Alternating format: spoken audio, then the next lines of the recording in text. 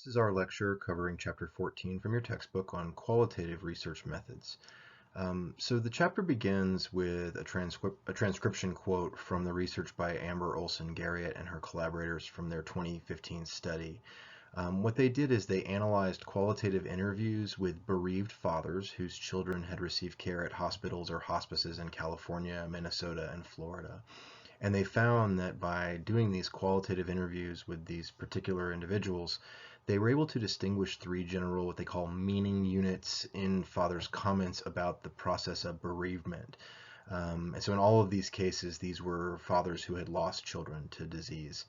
Um, they they use this example to introduce qualitative methods in this chapter because obviously it's something that is relatively rare, fortunately, to find individuals who've been through this experience, but I think we would all agree that there's something about their experience which is not simply of interest because of any quantitative data that we can pull from it. There are things that are qualitatively valuable to understand about these particular experiences. So we use this example to introduce qualitative methods in which we learn about human behavior by really listening to people speak naturally rather than within a structured measure or instrument. We also observe their behavior in natural settings in a qualitative approach to research. This is more than doing just what comes naturally. This is not just kind of going out there and observing without any structure. There are things that are done that are very scientific that distinguish this from just simple observation or, conversational interviewing of people that might be practiced by someone like a journalist. We question respondents strategically in qualitative research. We observe very keenly and in a structured way, and we take extremely systematic and exhaustive notes. And you also prepare to spend more time and invest more of your whole selves into the data collection process than often occurs in a more traditional experiment or in a survey. So the chapter is going to really focus on these methods. So as I alluded to, some aspects of human orientation and behavior are ill-suited to be investigated in a traditional experimental fashion or through a self-report survey. As I said, there's this research study by Olson-Garriott and her colleagues. And what they really gained by using a qualitative approach was a rich understanding about the experiences of these bereaved fathers and, for example, their orientation to having another child after losing a child to disease. And the comments were elicited by trained interviewers, they're recorded, they're transcribed, and then they're analyzed qualitatively by the research team. And we'll talk in great detail what that means because it's going to be very antithetical and very distinct from the way in which we utilize quantitative research methods and look at things like, for example, significance testing. So one illustration of what they termed as a way of finding meaning was by deepening the connection between the deceased and their subsequent child was this approach that seemed to be consistent across the interviews for these fathers that had then had subsequent children was that they would connect their love and their care for that child to their process of grieving for the first child. So this chapter is going to review the major features of qualitative research, how we go about collecting qualitative data, and then the techniques we use for analyzing data and then reporting it for others. One small interesting aside is that I'm no stranger to qualitative research, although I haven't done it in many years. Prior to coming to Virginia Tech to work on my non-terminal master's and my PhD in clinical psychology, I studied social sciences at what's called the International School for Humanities and Social Sciences, and it's a part of the University of Amsterdam. And when I was there, I basically wrote a master's thesis on the social construction of drug policy. And it was really a comparative paper looking at the distinctions between the United States and the Netherlands as just sort of emblematic of two different approaches to the quote-unquote drug problem. And so the idea was to compare sort of a harm reduction tolerance method that you might see in somewhere like the Netherlands to a more sort of criminalized or deterrent method that you see in the United States. And in the process of doing so, I read a lot of information about this area, whether it was textbooks, articles, interviews. But as part of my actual research, what I did as well was to conduct lots and lots of qualitative interviews with various people involved in one way or another with the quote-unquote drug problem, right? And a big part of my research was about how we construct social problems, how we decide which aspects of our society qualify as problems that need to be solved versus things that are tolerated or just accepted. And I was able to interview people that were involved in all various ways. I interviewed police officers in the United States. I interviewed police officers in Holland. I interviewed DEA agents that were stationed at the U.S. consulate in The Hague.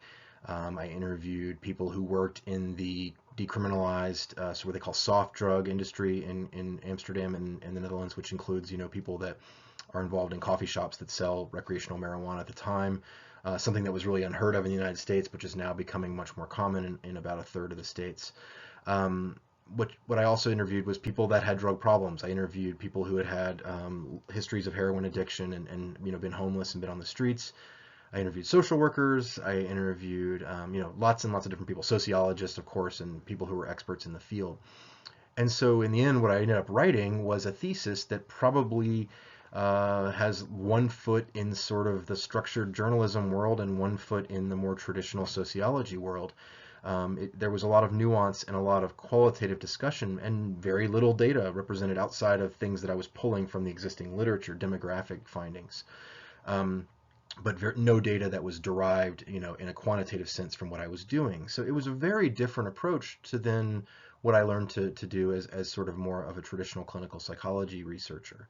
But it did leave me with a sense that there's something very valuable and interesting about this approach. And while it may not resemble the other tools in the toolkit very much, it has a really valuable aspect to it that applies itself to certain problems more effectively than some of these more traditional quote unquote hard science approaches. So I want you to consider this another tool that you can look at.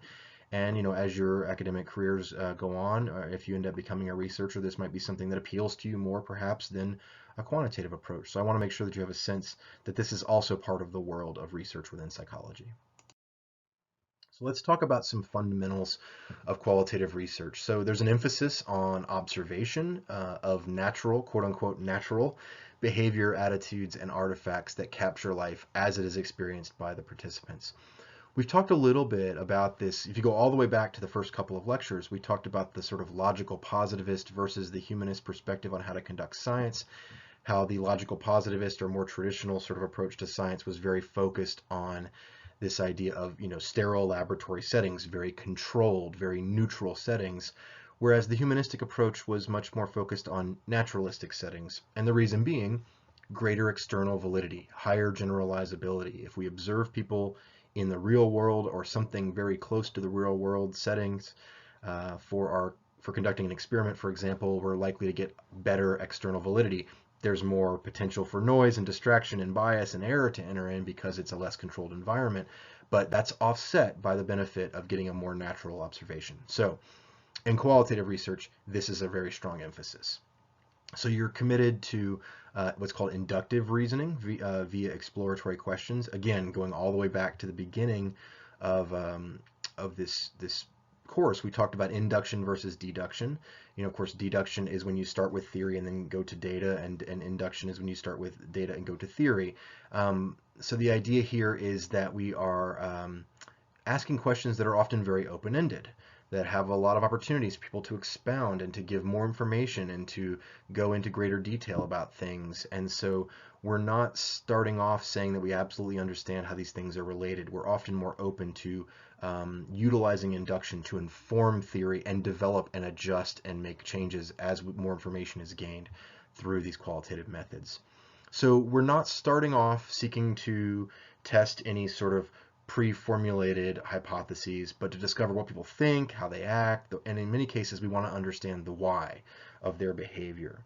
So in the Olson-Garriott study that we've talked about, the interviews with the bereaved fathers, they were utilizing this exploratory approach that they described as listening attentively to the viewpoints of bereaved fathers, explaining their experiences following child loss as affected by the arrival of another child.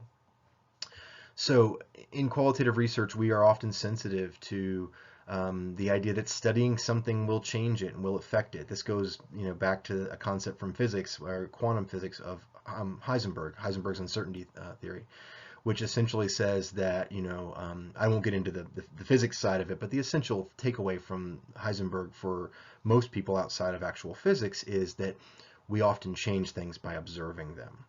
The nature of observation has an influence on what we observe. At the very least, the perspective that we take to observe something has a massive impact on what we report and what we see. So qualitative research is often it's reflexive.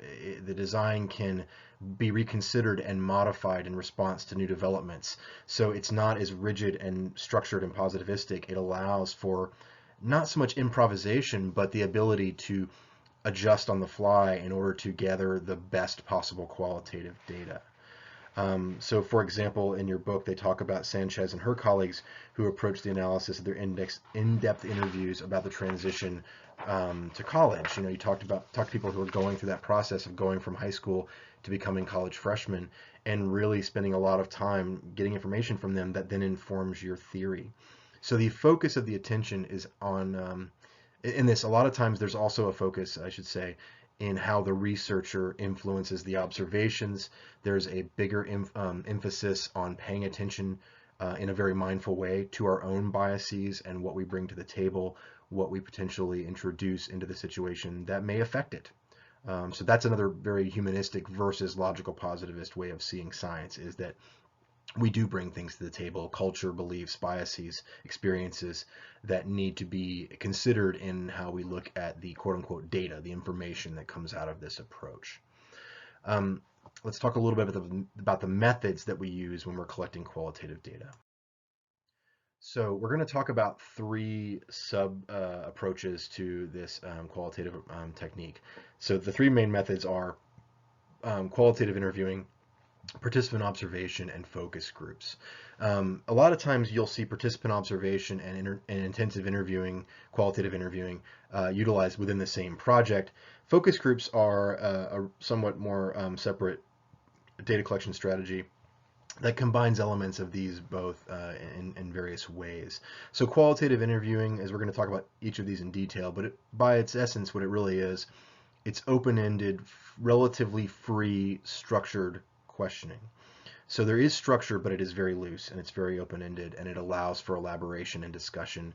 Now, there are certainly limits to what the interviewer is supposed to do or not do in that process, and there are ways that are very strategic and intentional in how they engage with the subject. The other major type, of course, is participant observation, which is what a lot of people think of when they think of qualitative research. They may often associate this with anthropology or sociology, even more so than psychology sometimes.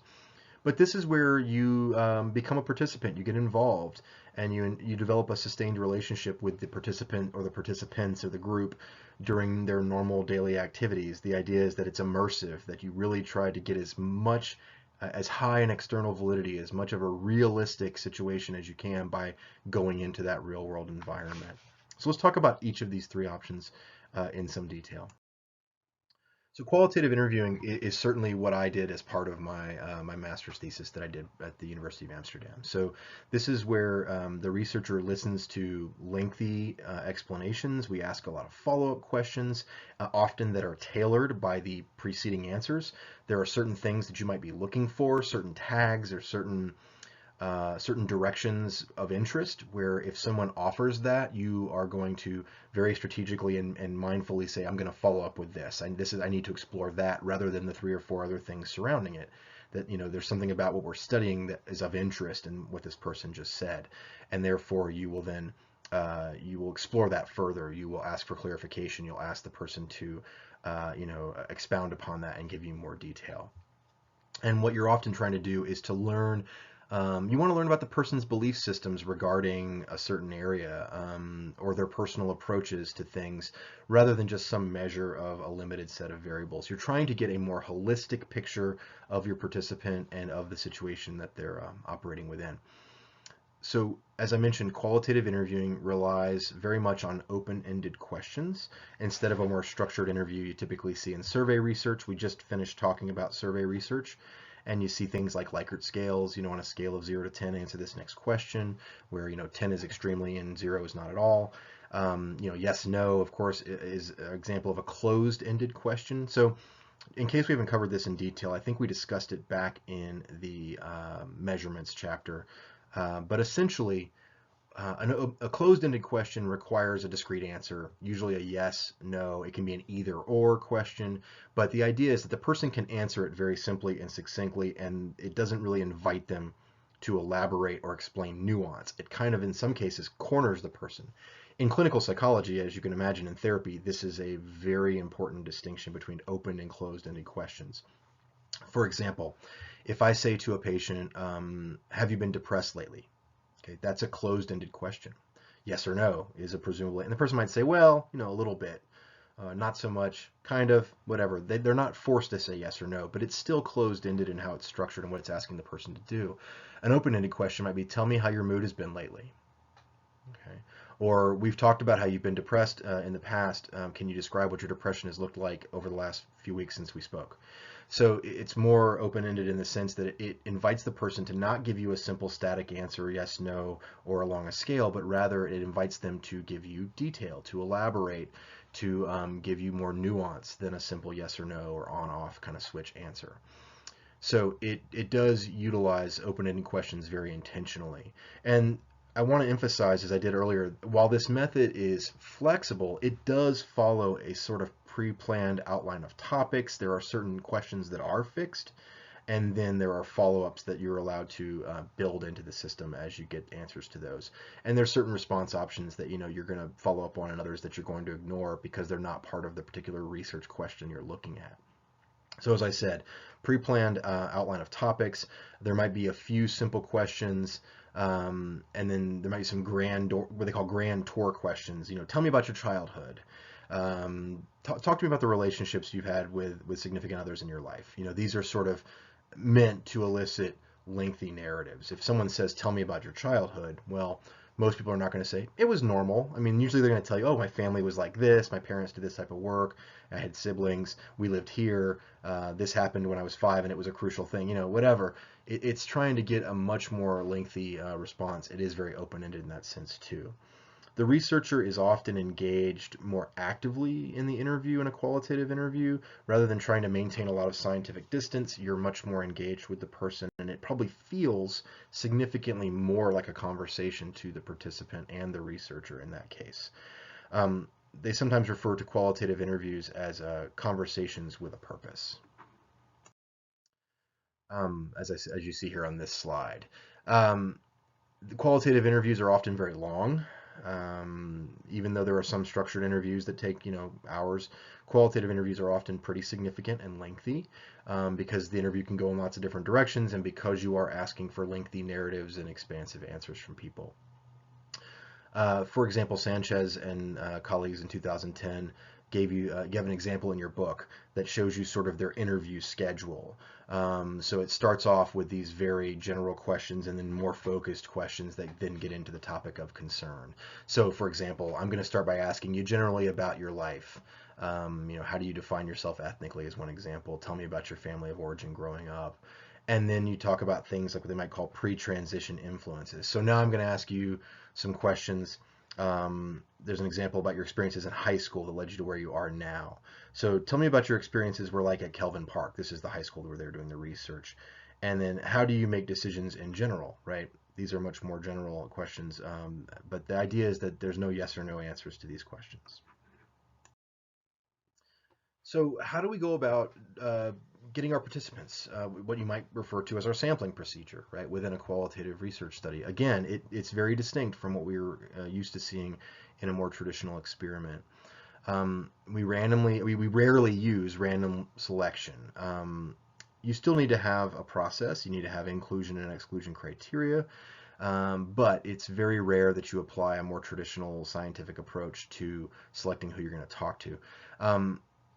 There are a few things that are, really important when you choose an interviewee, when you choose a participant for a qualitative research study. The first is that they are knowledgeable about the subject. So it's a very deliberate sampling in that sense. You're going to seek out people, but in most cases we don't have the luxury of nor would it make sense to say, well, I know 10 experts on drug policy, for example, I'm going to randomly select 3 of them to interview. Well, if I had time, I would want to interview all 10. And of course, it often is limited by the second bullet, of course, which is that they're open to talking. They're willing to talk to you and provide you with information and time. You should hopefully represent a range of perspectives. That's the reason why I interviewed not just law enforcement, for example, when I was studying drug issues, but people that were drug users, people that worked in the harm reduction side of things, people that were engaged in the business associated with substances. So You really want to get multiple perspectives. You want to make sure that you're getting a more holistic view of whatever the area of interest is in this case. And what they often talk about is that the selection should continue to what's called the saturation point. And this is where subsequent interviews seem to yield little additional information. What you'll often see when you're conducting qualitative research is when you've reached the saturation point, it's not a clear red line you've passed, but what you'll notice is I'm starting to hear the same themes over and over and over from these participants. Those patterns have emerged, but nothing new is really being added. No massive amount of qualitative information that's new or novel is coming about from these interviews. That's when we typically say that we've reached the saturation point. So in the process, of course, we're going to ask questions in an interview form. They're planned around an outline. You generally want your questions to be short, clear, and open-ended, as I mentioned, and they're tailored to participant answers on successive follow-up questions. So there's sort of a decision tree in place here, where you know that you're going to ask certain questions specifically, and then based upon the participants' answers, you're going to then steer the interview in certain directions. You're going to make sure you follow up and ask specific questions about the things that arise from those more general questions. Something that's really crucial in qualitative interviewing, which maybe is not as important in a more structured kind of experimental approach, is you do want to develop a rapport with the interviewee. Qualitative research probably shares a little more DNA with therapy and with approaches we utilize as psychotherapists or clinical psychologists. Learning how to make people feel comfortable, learning how to make them feel safe, and that they can trust you, that they should be willing to be open and honest with you. Those are all, core clinical skills that, people who do therapy, of course, hopefully have some degree of ability with. And this is also true of qualitative interviews. You want to be a trained and talented, I should maybe not even say talented, but a skilled interviewer. You want to have a set of skills that are important. And some of these are a little vague and amorphous. They're hard to put your finger on. When you've met someone who's personable, who makes you feel comfortable, who you enjoy spending time with, you can't always point to one thing that makes the person fit that category for you, but you certainly know it when you see it, right? You have a sense of it. And I'm sure you've spoken to people who make you feel at ease and kind of get you talking very readily. Those are all great qualities in a qualitative researcher. And certainly if you don't have those qualities, by nature, by disposition, there's certainly skills that you can develop through training and through practice. We're going to keep coming back to this 2010 article from Sanchez and her co-authors.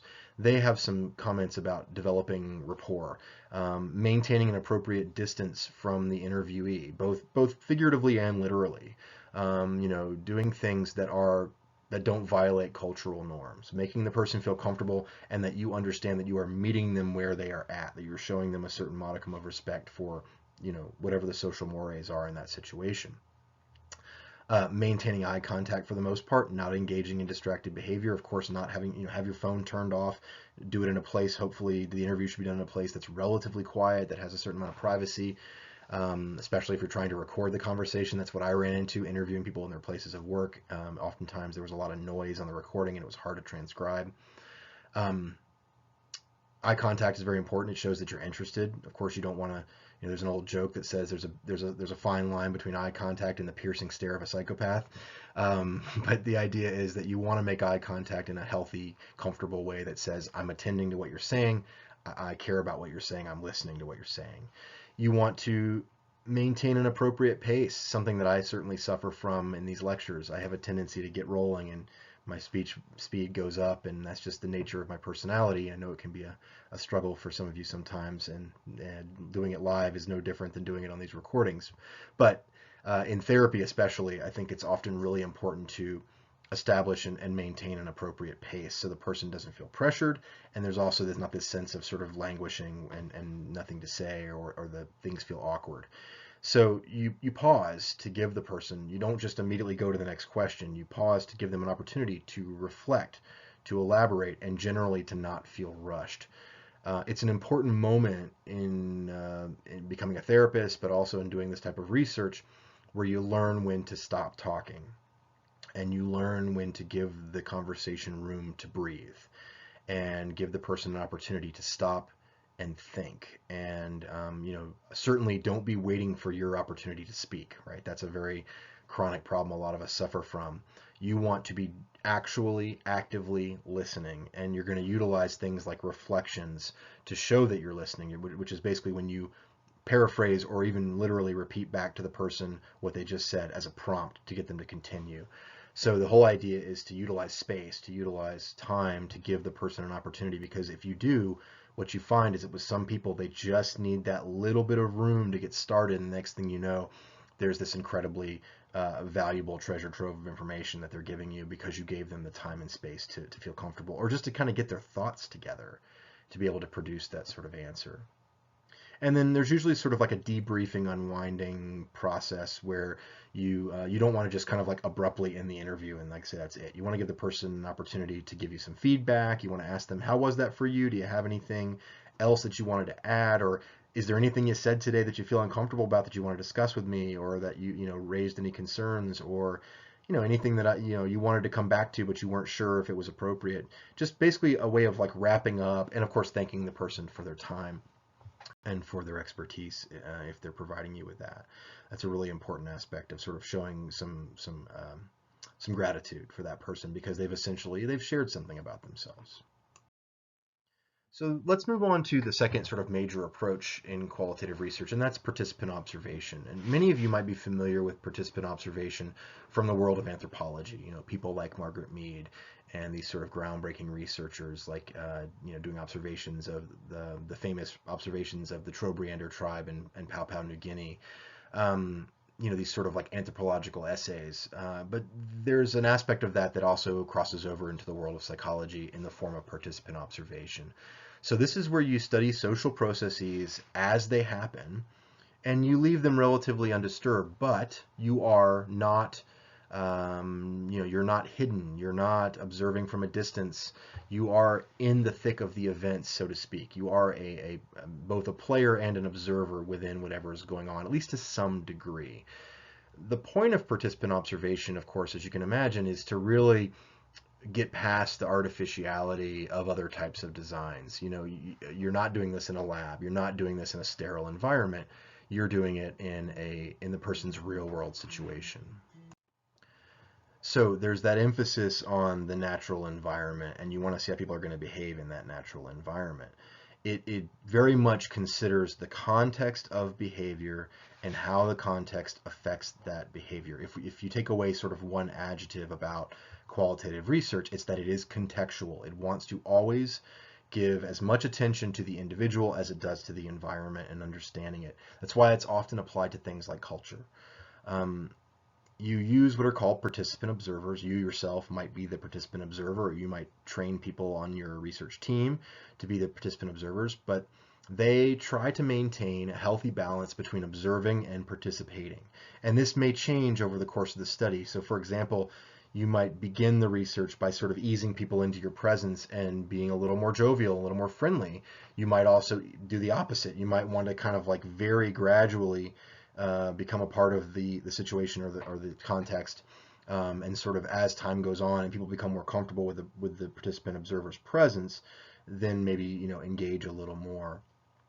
So I'm sure that for many of you, your initial reaction to this, I'm guessing, since we've talked so much about the idea of bias, is that, well, doesn't this introduce a lot of bias? Doesn't this, by having the by having the observer participating, by having them in the context, isn't that going to cause a problem? Isn't that going to influence what's happening? And I think that those that practice participant observation approaches are very mindful of what are called possible reactive effects. What does it mean that I'm in the environment? The most classic example you can all relate to is, how do you behave when you know that someone is filming versus when they're not?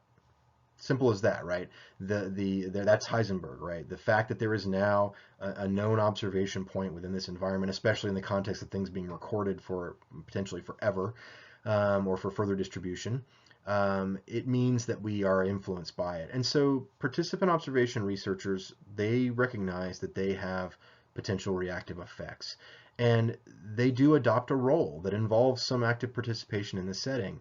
Usually what they're doing is participating just enough to develop some rapport with the group members, okay?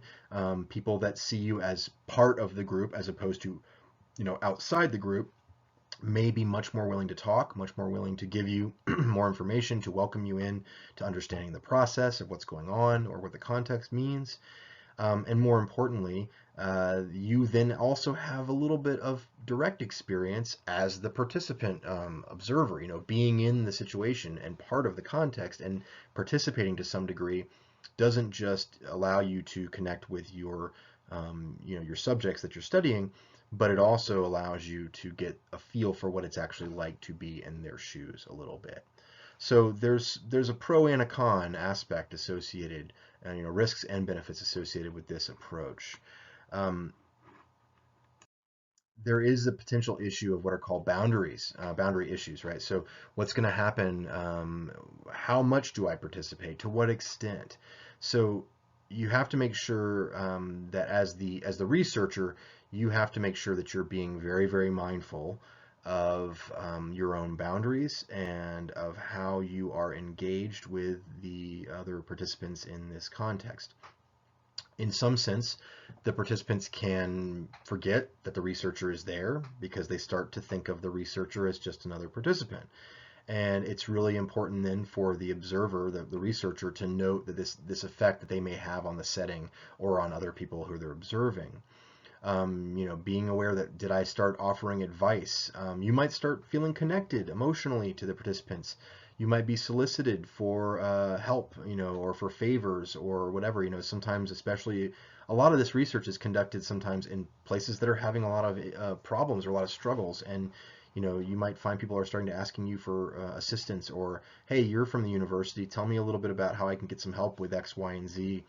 What do you think? What do you think, Doc? You're the PhD. You explain to me what's going on here. So you start to be mindful of the fact that you're now being pulled into it, but not because you're a participant, but because you're an observer, because you're an outsider.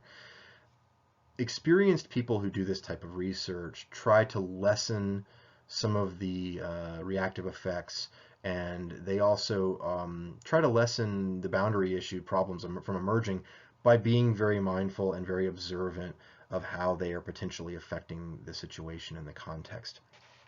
In the McKinney research discussed in your book, they talk about they have a transcript, excuse me, from one of the researchers who says that, I think I overreacted. Like, in their field notes in their journal, they point out that I got sucked into it in some way where I may have behaved in a way that compromised my ability to really see it as a natural environment, because now I'm adding something unnatural to it by virtue of my presence or how I behaved. So when you decide to become a participant observer, when you decide to utilize this type of research, you do what's called entering the field, right? So how do I go from the research setting into the actual naturalistic environment? How do I go about gaining access to whatever context I'm trying to study? Well, first and foremost, you want to blend in a little bit, right? And you don't want to do something ridiculous, and, like, we're not talking fake mustaches here, but the idea is that you want to dress and act appropriately given the environment. You don't want to stand out radically. You don't wear a white coat. You don't stand there with a clipboard in front of your face and point it at the person you're writing about. You want to try and be a little less obtrusive. Sometimes, in certain contexts, you are going to need an introduction. You need to be vetted in some way. Some trusted member of the group is often the person that's going to agree to the research and allow you. I'll introduce you around and tell people who you are, and ease the tension a little bit so they know why you're here and that you're not a threat or that you're trying to help. You have to be very careful and manage your relationships in this setting. You have to maintain your scientific distance. You have to maintain your professional distance. There's some examples we're going to talk about here on the next slide. And then a really important part about field research, participant observation research, is an emphasis on expansive and careful notes. There are a variety of ways of do this. There's, obviously, pen or pencil on paper. There's audio and video recording. There's all different various ways in which you can document what's going on. But it should be lengthy, and it should be detailed, and it should be as rich and as nuanced as possible. That is really at the core of qualitative research. More is better in this sense, right? In quantitative research, sometimes you want to be precise and you only want information that meets your particular operationalized version of the variable of study, right? In qualitative research, you'd rather have more data than you need than vice versa. So how do we manage our boundaries and our relationships when we're doing participant observation research? Well, these are some guidelines that are derived from the literature. First and foremost, develop an explanation for yourself. People are going to ask you, are you new here? Or what are you doing here? Or hey, who are you? So develop an explanation that is honest, that's plausible. There may be aspects of what you're doing that you don't need to directly share with the people that you're observing. Obviously you don't want to sort of like show them your entire hand, so to speak. You don't want to say, oh, I'm here studying how this is related to that, and we think this causes this. That certainly could create some bias that would be introduced, by sort of, artificially influencing the person's self-awareness and making them, be in their head and behave differently. But you need to have a brief and understandable and clear explanation. I'm a researcher from Virginia Tech. I'm doing some research on blah, blah, blah. I'm just here to observe and take some notes. I hope that's okay with you. You need to maintain the support of the key figures in the group or the organization, the leaders of the group, the sort of social influencers of the group, the people that are sort of helping to structure the culture or context that you're studying. You often need their buy-in in some way or another, and you need to maintain their trust and their support, because they often have the power to then ask you to leave that situation in one form or another. You want to be unobtrusive and unassuming. You don't want to show off your expertise. You don't want to be too aggressive in your questioning, particularly if you're talking to people about illegal or taboo behavior. As I said, a lot of this research is done in so-called sort of problem areas in society: drug abuse, prostitution, other types of sort of places where there might be some taboos, social mores that are being violated, or things that are illegal that could get people in trouble. So if you're aggressive in your questioning, you might make people nervous, and it might damage your rapport, your trust, and in some cases potentially put you in some degree of danger. So it's really important. You want to ask sensitive questions, that are respectful, and you want to only talk to informants that trust you, because those that don't trust you, that obviously don't trust you, are not likely to tell you the truth. You don't fake a social similarity with your participants. You try your best to empathize, but you don't claim to have walked in their shoes, so to speak. You want to avoid gift giving outside of any simple norms of reciprocity within the culture. It might be considered very appropriate for you to bring food to a dinner, or to be willing to assist in paying for whatever the activity is people are doing together in some way. But you don't want to be seen as giving away money or other tokens in sort of to influence people's responses to your questions, and it shouldn't be overly generous in a way that sort of compromises the external validity of the study. And you want to be prepared for difficulties that may arise between groups, and you want to avoid taking sides in any intergroup conflict, because what you could essentially end up doing is alienating a large portion of the people that you're trying to study.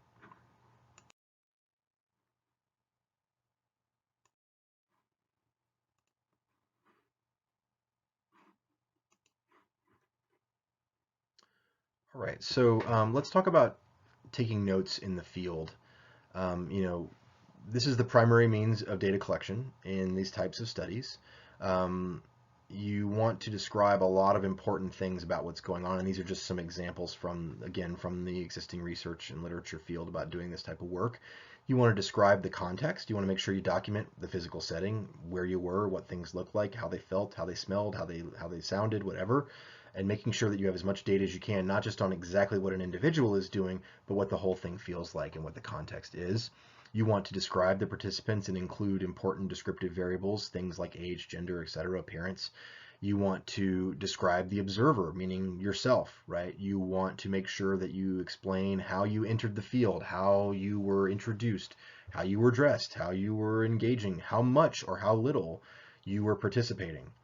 And then, of course, you want to describe the actions of the participants themselves, and not just what they say, but what their nonverbal behavior, what their actions are, even, really trying to hone in on certain subtle, maybe nonverbal cues, or, body language, things of that nature.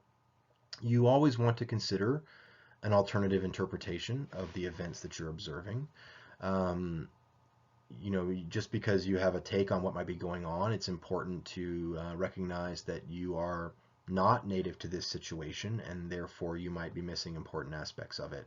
And then finally, like I said, there's this very humanistic approach to this type of research that says it's important for the researcher, the observer, to explore how they feel in the context and what your experience is as the observer.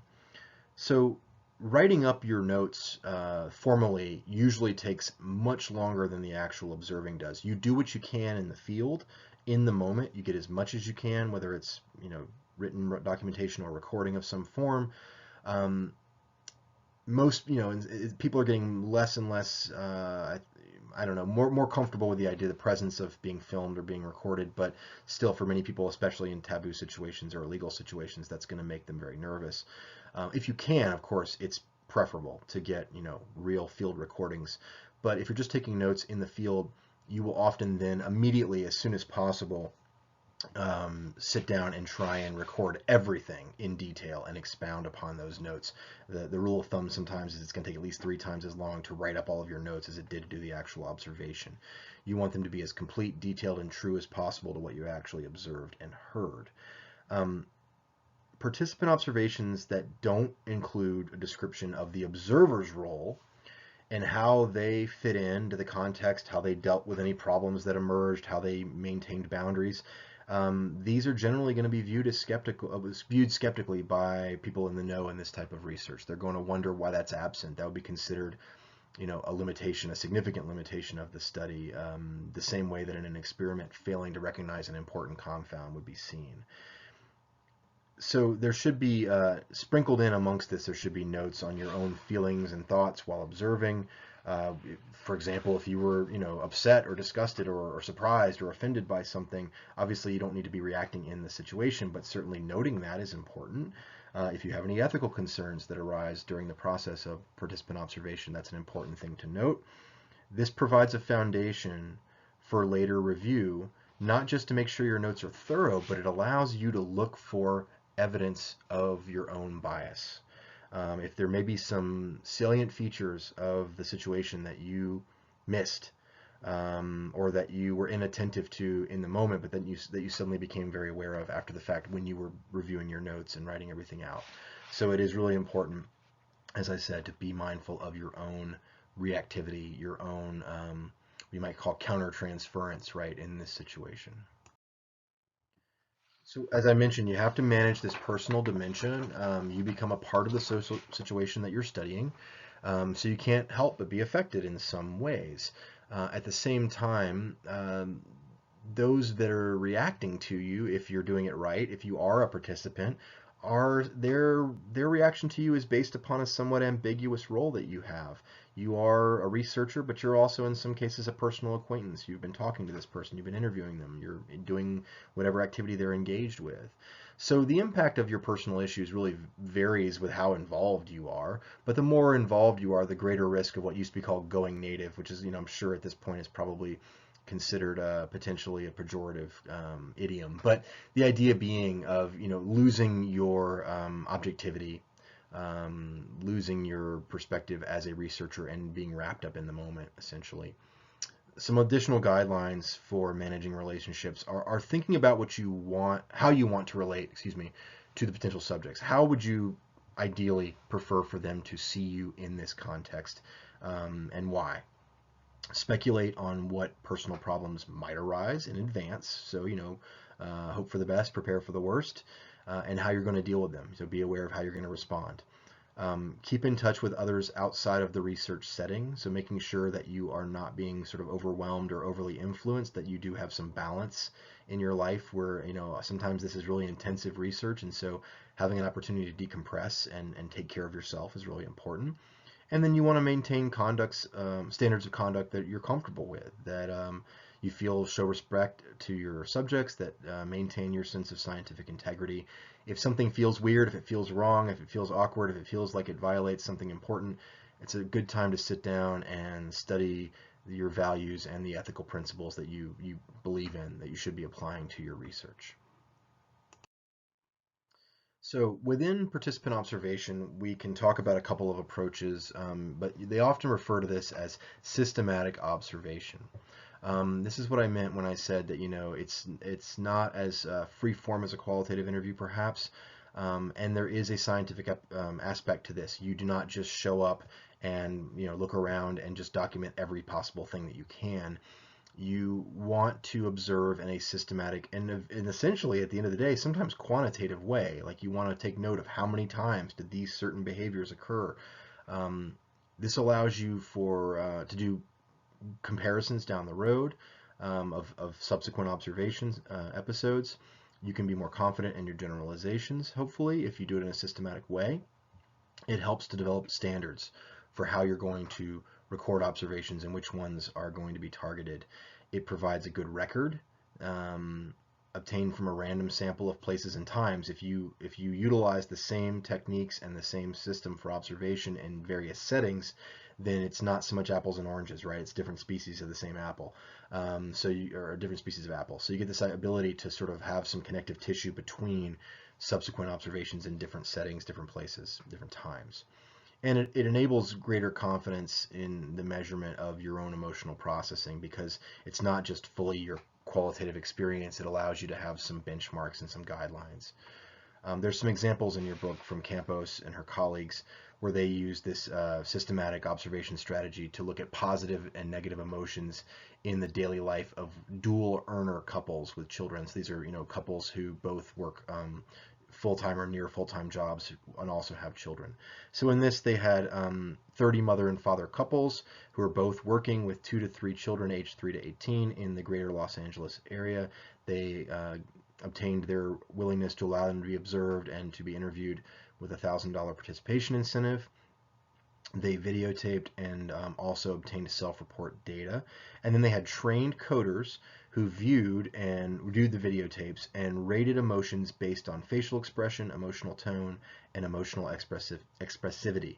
So you get this raw video footage of certain types of contexts within these families, and then you have trained coders who systematically look for very clearly defined, operationally defined aspects of facial expression, emotionality, that kind of thing. And then they make uh, you know data records of how often those things occurred, how long did they last. You get a lot of context, but you also get some actual quantitative data out of that coding process.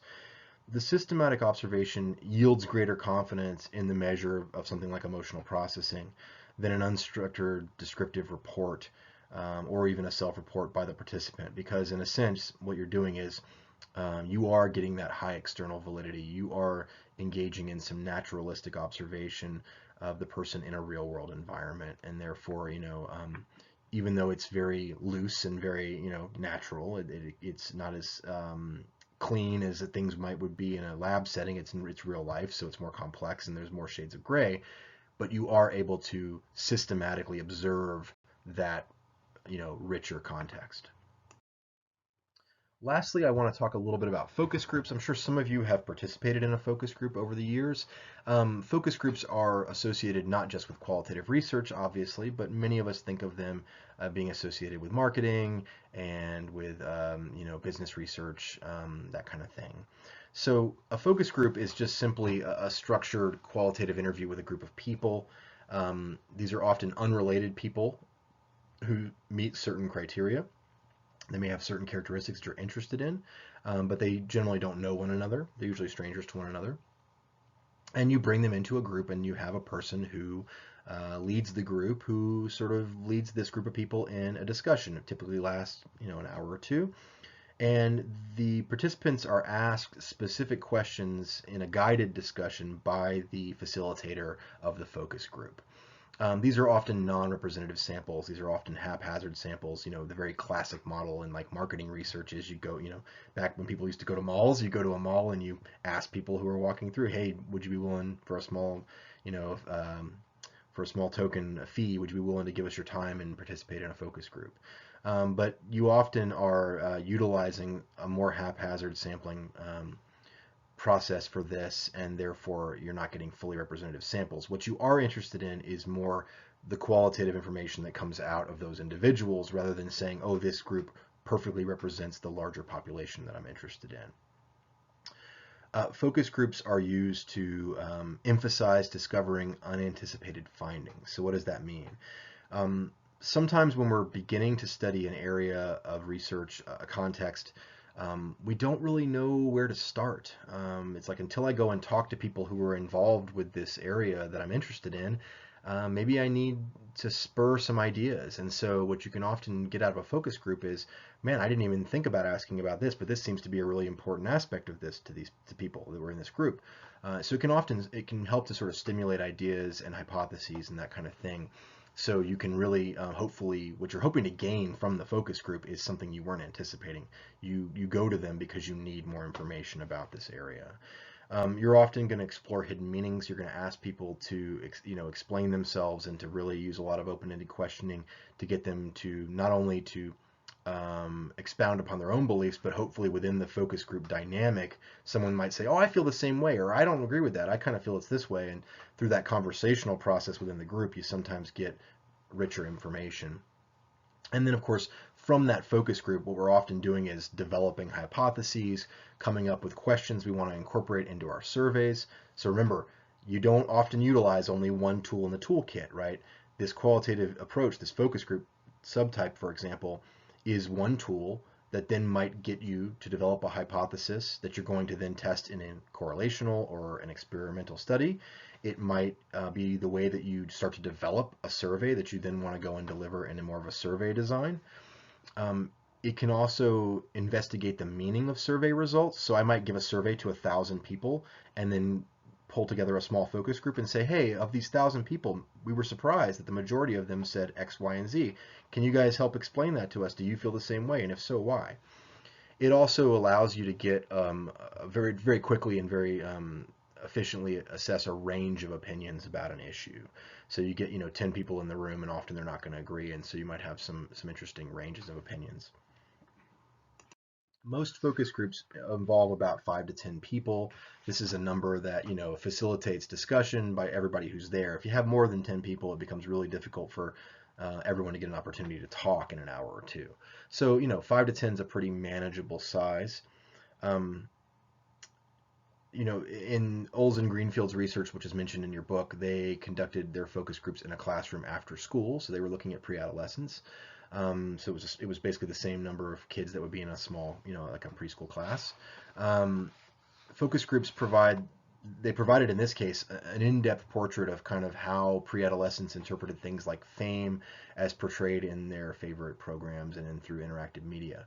So like this was an example of utilizing a focus group research to talk to, if you're interested in what do little kids think about fame, well, you go talk to a group of little kids, right? So you go straight to the source to sort of formulate hypotheses and to inform theory a little bit and to hopefully to spur you into other approaches for research. There's no formal procedure for determining whether or not the answers you get from your focus group are truly generalizable, because remember, we didn't get a representative sample. There's plenty of biases and other characteristics that might be unique to the 5 or 10 people that you talk to. So what you often have to do is then conduct multiple focus groups, right? And so you have a group of 5 or 10, group of 5 or 10, a group of 5 or 10. You do that multiple times, and then what you're really doing is you're doing a bit of a generalizability check. You're looking for consistency in the findings. And as was the case with the qualitative interviews, you often will eventually reach a saturation point where you say, okay, we've done 15 focus groups, and by now we're not really getting much new information from subsequent focus groups. It's like the law of diminishing returns. To do more, we might get a very small piece of important information, but we generally feel like we've got the ground covered here because we're starting to see the same themes repeat themselves over and over. So when we have qualitative research, do we conduct data analysis? The answer is yes, to some extent. It does not take the most obvious form. It doesn't fit into what we traditionally think of when we think of, like, for example, null hypothesis significance testing we've talked about. All of these inferential and descriptive statistics that provide us with hard data numbers that describe the groups or talk about relationships between variables. All of this is less common in qualitative research, and the analysis looks very different. In many cases, you are starting with text, right? transcriptions of interviews, videotapes, audio tapes. It often takes the form, rather than starting as numerical data, it almost always takes the form of linguistic data, of text, of language. So that's the most important feature that distinguishes this from quantitative data analysis. It tends to be more inductive. You look for patterns in the data instead of specifically testing a hypothesis. So remember, inductive reasoning goes from data to theory, rather from theory to data is deductive. So in inductive reasoning, we're starting with the data itself and helping that inform the theory. That's the direction of the flow of information. And you're focused on looking at interrelated aspects of the setting, the group, or the person that's under investigation. Again, context, context, context is really important in qualitative research. What's interesting about this is that, we talk about in quantitative studies, in more traditional experiment, you never look at the data until the study is done. That is one of the hard and fast rules in an experiment, because you don't want the data, what you're seeing already as the process is still ongoing, you don't want it to influence your own process. You don't want it to influence how you are collecting the data subsequently for the remaining participants. You don't want it to influence your thoughts about the trends that are already happening and observing. So in many cases, in a more traditional hard scientific approach of an experiment, we will actually keep the experimenters blind. Like, they're not even allowed. People are going to write the article, that are going to run the analyses, look at the results. They often are not allowed, but they're not allowing themselves, or by structure that's built into the study, they are not allowed to look at the data until everything is complete. Qualitative research, is very different. It's quite common to, in a sense, you're looking at the data as it's coming in, right, and the process of the interview or the observation. It's iterative, it's reflective. As I said, it can often be shifted in media res, right, in the middle of the thing. You can shift how you're analyzing the data to a certain extent. And then maybe after you've done all your interviews, you find that you are analyzing it based upon what you're seeing. You don't have to have a data plan that was written in stone a priori before gathering it. You can actually allow it to interact and work with what you're seeing in the data. I know this is all a bit vague. I think if you go and you look at some of the articles that are discussed in the chapter, they'll give you some more concrete examples of what this actually looks like in the process. So, how do we document our data in qualitative research? I've talked a little bit about this already. Typically, it's field notes, interview recordings, video or audio, otherwise. Sometimes what you find is that you need to be very well trained on how to take notes, how to take field notes, whether it's shorthand, whether it's shortcuts, structure. Maybe you need to have sheets that are laid out with a certain grid, a certain technique. For example, especially if you're coding specific behaviors, that's really important to have it sort of already laid out for you. But you can get overwhelmed. A novice researcher especially can get overwhelmed by the quantity of information that's been collected. So for example, a 1 hour interview can generate 20 to 25 pages of single space text in just pure transcription. So it can become very overwhelming very quickly. The sheer amount of data that you're confronted with in qualitative research can be very daunting. So you need to be very careful in managing the information. You want to make sure you're preserving a good record of what happened. Everything is saved, listed, is annotated or indexed in a way where you can find it, you can keep track of it, because it's rapidly going to be growing. It's going to be a large volume of notes, tapes, documents. It also, by documenting really well, it provides you a way of developing your outline for your analytic process you're going to use when you're writing this up. And it also, by taking really good notes and by documenting everything in a consistent and systematic way, it allows you to have an ongoing conceptualization process, and you can strategize on how you're going to continue to study this topic, even within the context of that particular study. As I said, qualitative research is much more iterative, much more reflexive compared to more traditional logical positivist experimental research. So once we have the data, we have to focus on how we're going to conceptualize code and categorize it. You have to develop and establish an authentic, credible description of what you observed. As I said, the process is very inductive. Codes emerge from careful reading of the interview transcripts or observation notes. So when you're going back after the interview and you're reading through that transcript, you're going to be taking notes, you're going to be circling things, highlighting things, and you're going to start recognizing patterns. And so you're developing codes that identify the instances of the same behavior, the same attitude, the same thing. It's like, oh, okay, now I'm working up my operational definition of what this thing is, and therefore when I see it in the transcript, I will note it and I will code it as such. You start to, again, categorize those observations into these developed codes of behavior, and you might even turn them into numerical quantitative data, frequency counts, that kind of thing. You want to cross-check rater and reviewer codes to make sure that things are reliable and consistent across different observers. You want to maximize that reliability by making sure that everyone is utilizing the same set of standards who's coding the data. In some situations, it's only one person, which has its own problems, right? That individual's biases are now paramount. But if you have multiple coders, multiple observers, you have to be mindful that they're all trained in a similar fashion and that they're all sort of working in basically the same reliably consistent way. As I said, you want to, once you have this data, you want to examine it, you want to display it in some way that's understandable to your reader, and it's often captured in what's called a matrix, and this shows how different concepts are connected, or perhaps what things are, theoretically causally linked. As we know with this type of research, this does not have the high internal validity of a true experiment, but we are certainly going to posit, based on our theory, certain relationships between variables and likely causal relationships. So that needs to be captured in how you're presenting your qualitative data. And it allows you to move, hopefully, from a simple description of what you saw to why things happened. Remember, we goes all the way back to the first lecture, the second lecture, I believe, maybe. Science, as we understand it in the modern world, is often very concerned with the why.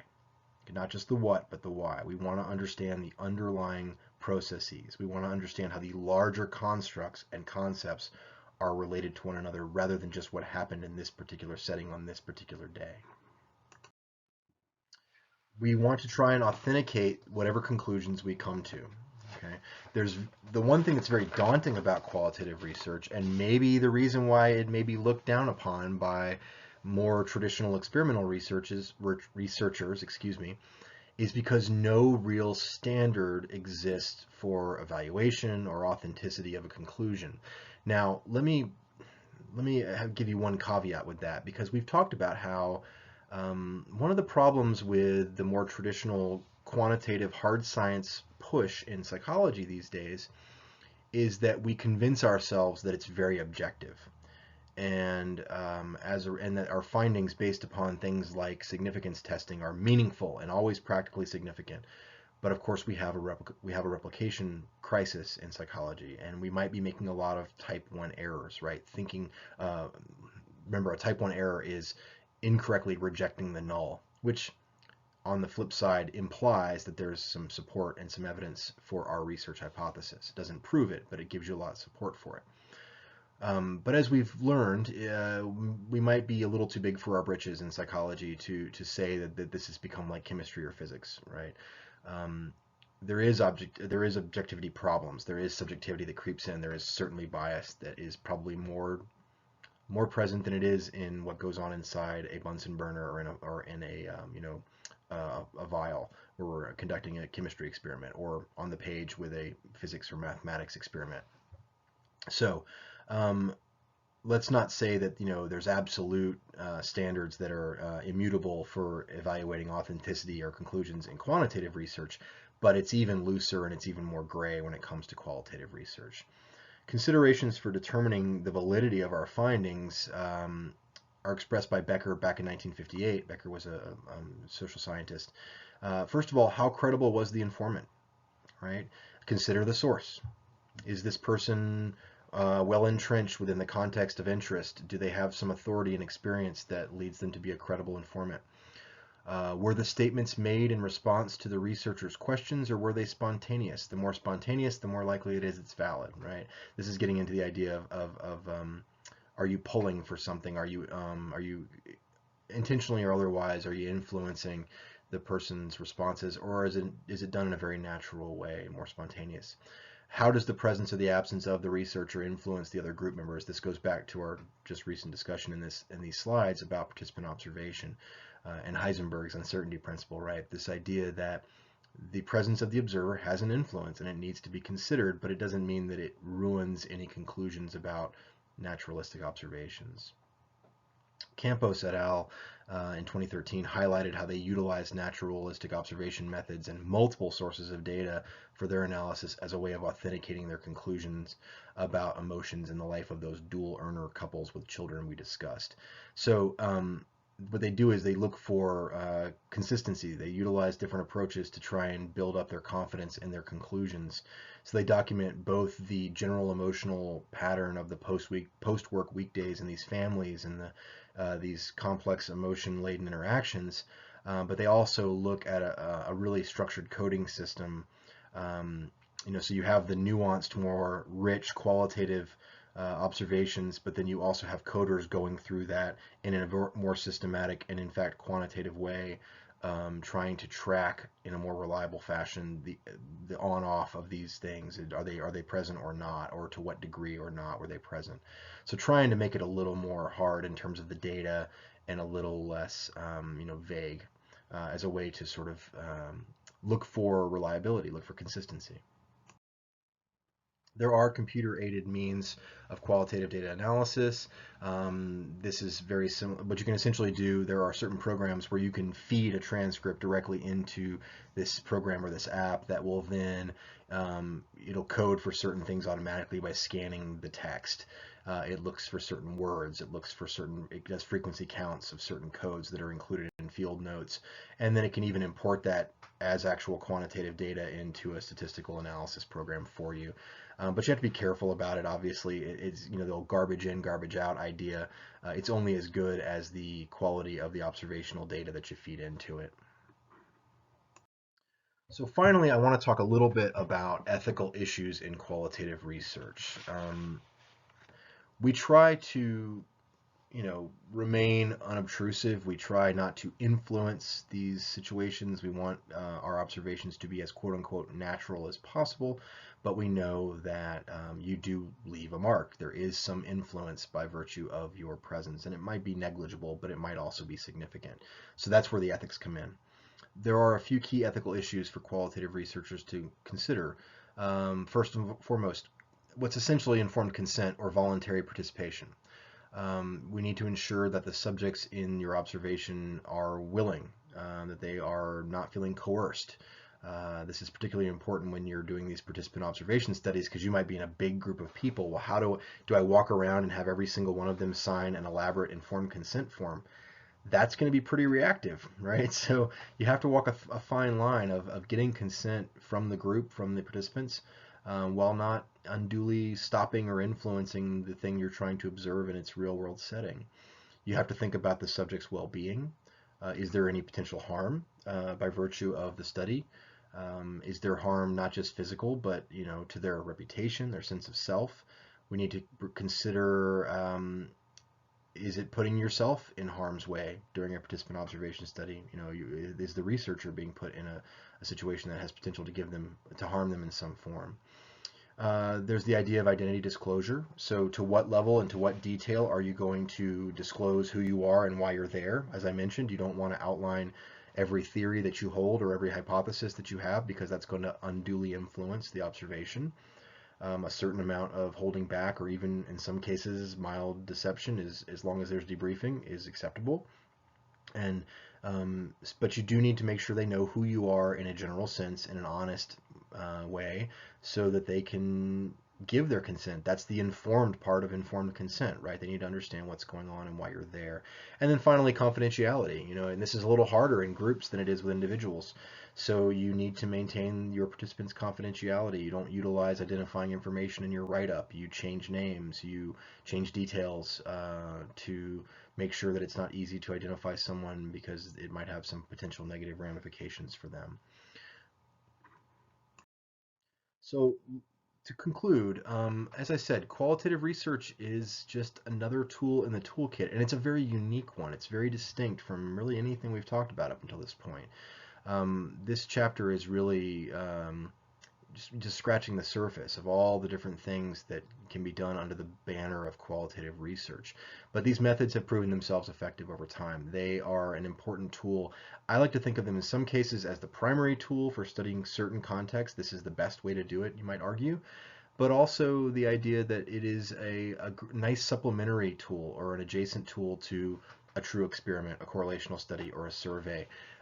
Focus groups or participant observation or qualitative interviews can be a great jumping off point to develop ideas and hypotheses that then lead you into maybe a more structured experiment or a correlational study. And so you want to be ready to mix and match methods as required by the problem that you're interested in, by the question that you're investigating, that are appropriate, the best tool for the job, right? And in some cases, a qualitative approach is the best tool for the job.